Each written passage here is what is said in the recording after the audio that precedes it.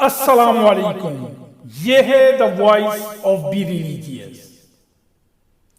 حضرت موسیٰ علیہ السلام کے واقعات زندگی میں ایک اہم واقعہ اس ملاقات کا ہے جو ان کے اور حضرت خضر علیہ السلام کے درمیان ہوئی۔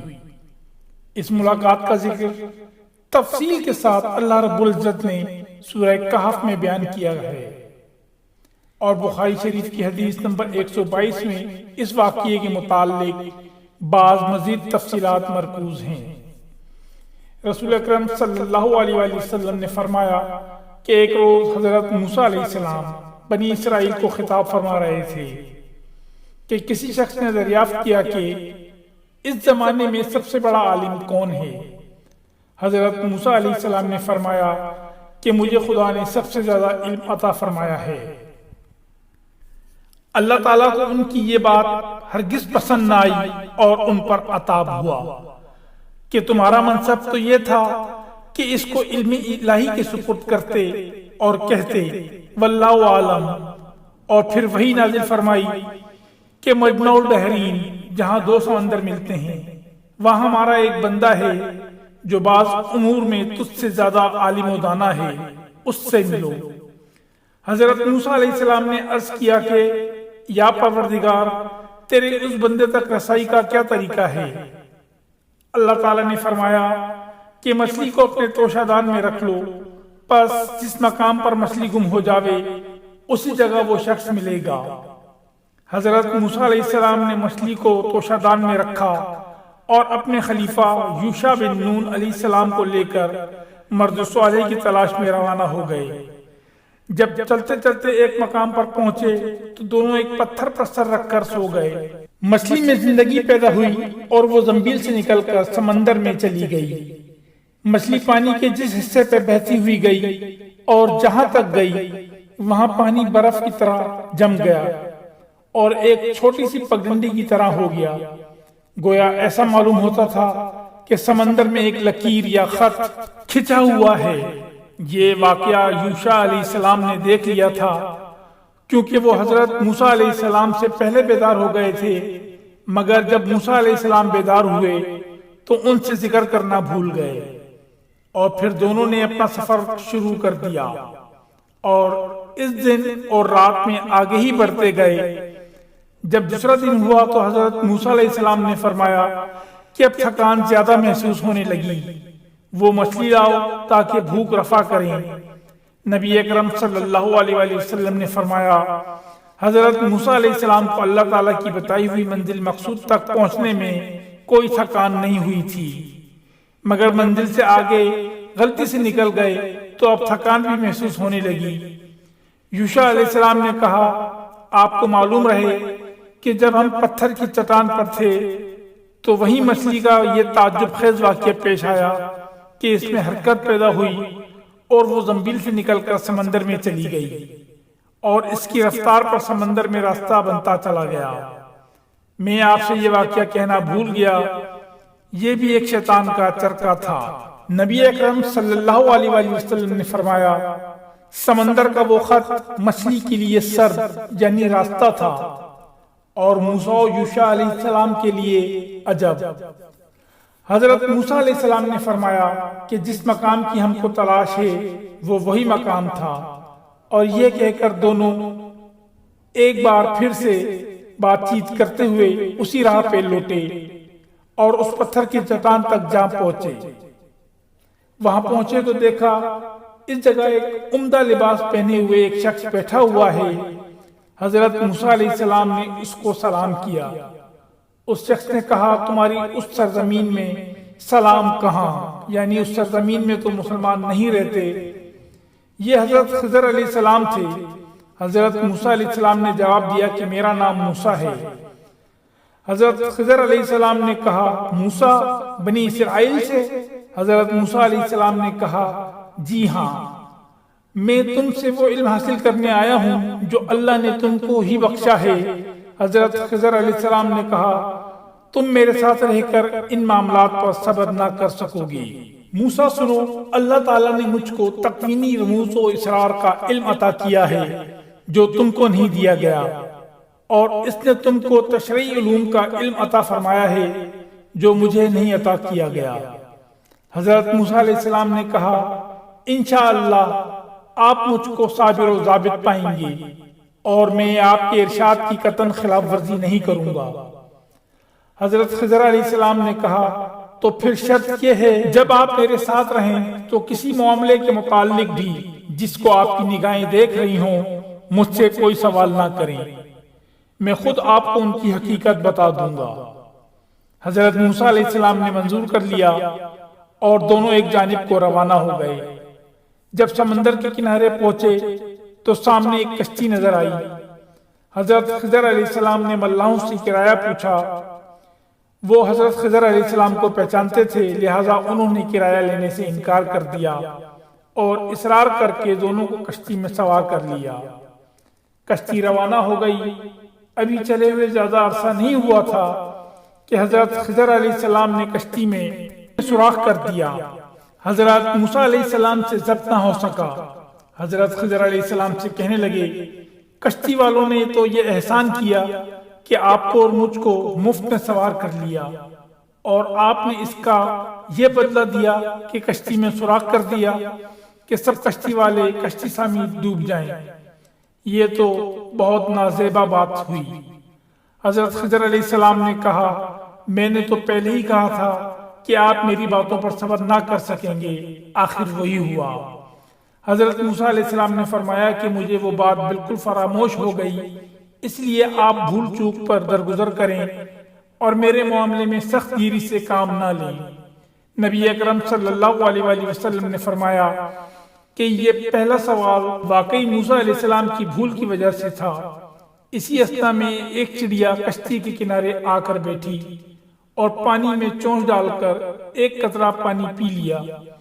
حضرت خضر علیہ السلام نے کہا بلا شائبہ تشبیہ علم الہی کے مقابلے میں میرا اور تمہارا علم ایسا ہی ہے بے حقیقت جیسا کہ سمندر کے سامنے یہ قطرہ۔ کشتی کنارے لگی اور دونوں اتر کر ایک جانب روانہ ہو گئے۔ سمندر کے کنارے کنارے جا رہے تھے کہ ایک میدان میں کچھ بچے کھیل رہے تھے۔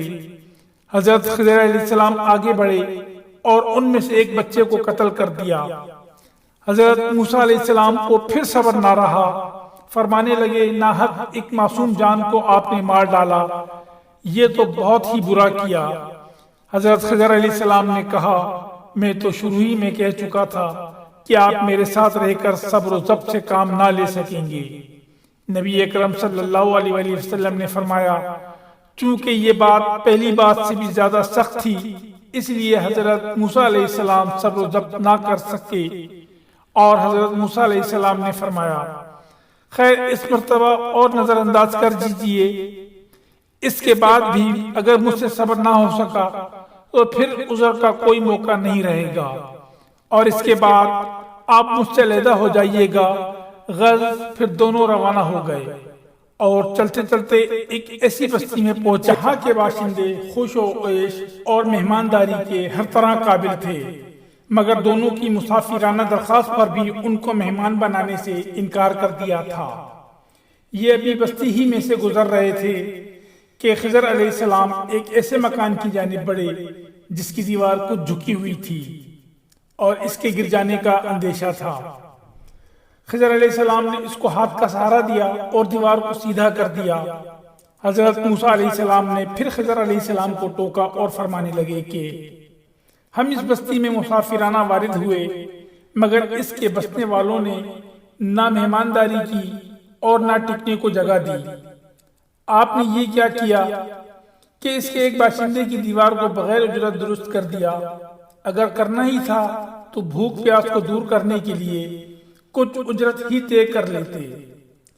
حضرت خضر علیہ السلام نے فرمایا اب میری اور تمہاری جدائی کا وقت آ گیا، اور پھر انہوں نے حضرت موسیٰ علیہ السلام کو ان تینوں معاملات کے حقائق کو سمجھایا اور بتایا کہ یہ سب من جانب اللہ باتیں تھیں جن پر آپ صبر نہ کر سکے۔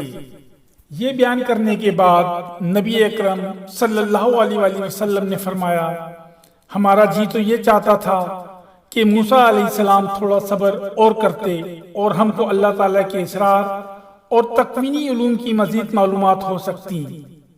جب حضرت موسیٰ علیہ السلام اور حضرت خضر علیہ السلام کی مفارقت ہونے لگی تو حضرت خضر علیہ السلام نے ان واقعات کی جو حقیقت بیان کی، قرآن پاک نے سورہ کہف میں اس واقعے کو بیان کرتے ہوئے اس طرح ظاہر کیا ہے: بس اب مجھ میں اور تم میں جدائی کا وقت آ گیا۔ ہاں، جن باتوں پر تم سے صبر نہ ہو سکا ان کی حقیقت تمہیں بتائے دیتا ہوں۔ سب سے پہلے کشتی کا معاملہ لو۔ وہ چند مسکینوں کی تھی جو سمندر میں محنت مزدوری کرتے ہیں۔ وہ جس طرف بڑھ رہے تھے وہاں ایک بادشاہ ہے، ظالم ہے، جس کسی کی اچھی کشتی پاتا ہے زبردستی لے لیتا ہے۔ میں نے چاہا اس کی کشتی میں عیب ڈال دوں تاکہ عیبی سمجھ کر اس کو چھوڑ دے۔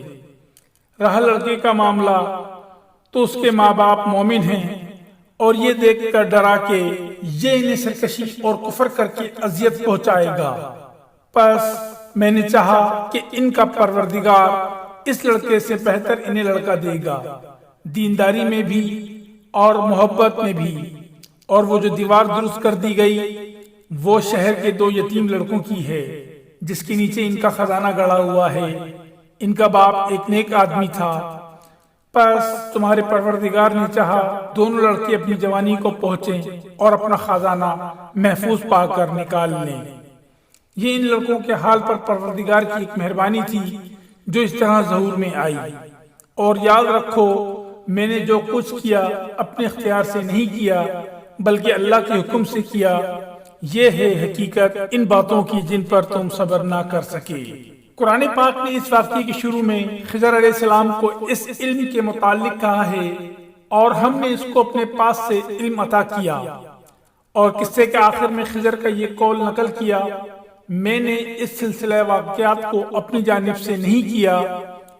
تو ان دونوں جملوں سے معلوم ہوتا ہے کہ اللہ تعالیٰ نے خضر علیہ السلام کو بعض اشیاء کے حقائق کا وہ علم عطا فرمایا تھا جو تکوینی رموز و اسرار اور باطنی حقائق سے متعلق ہے، اور یہ ایک ایسا مظاہرہ تھا جس سے اللہ تعالیٰ نے اہل حق پر واضح کر دیا کہ اگر عالم ہست و بود کے تمام حقائق اسی طرح سے پردہ اٹھا دیا جائے جس طرح بعض حقائق کو خضر علیہ السلام کے لیے بے نقاب کر دیا گیا تھا، تو اس عالم کے تمام احکام ہی بدل جائیں اور عمل کی آزمائشوں کو یہ سارا کارخانہ درم برم ہو کر رہ جائے۔ مگر دنیا اعمال کی آزمائش گاہ ہے، اس لیے تکوینی حقائق پر پردہ پڑا رہنا ضروری ہے تاکہ حق و باطل کی پہچان کے لیے جو ترازو قدرت الہی نے مقرر کر دیا ہے وہ برابر اپنا کام انجام دیتا رہے۔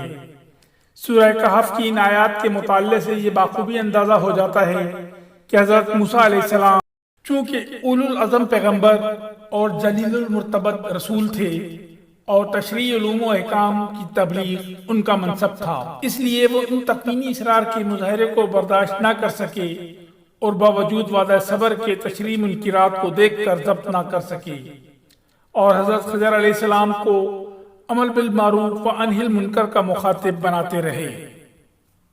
اور آخرکار جدائی کی نوبت آ گئی۔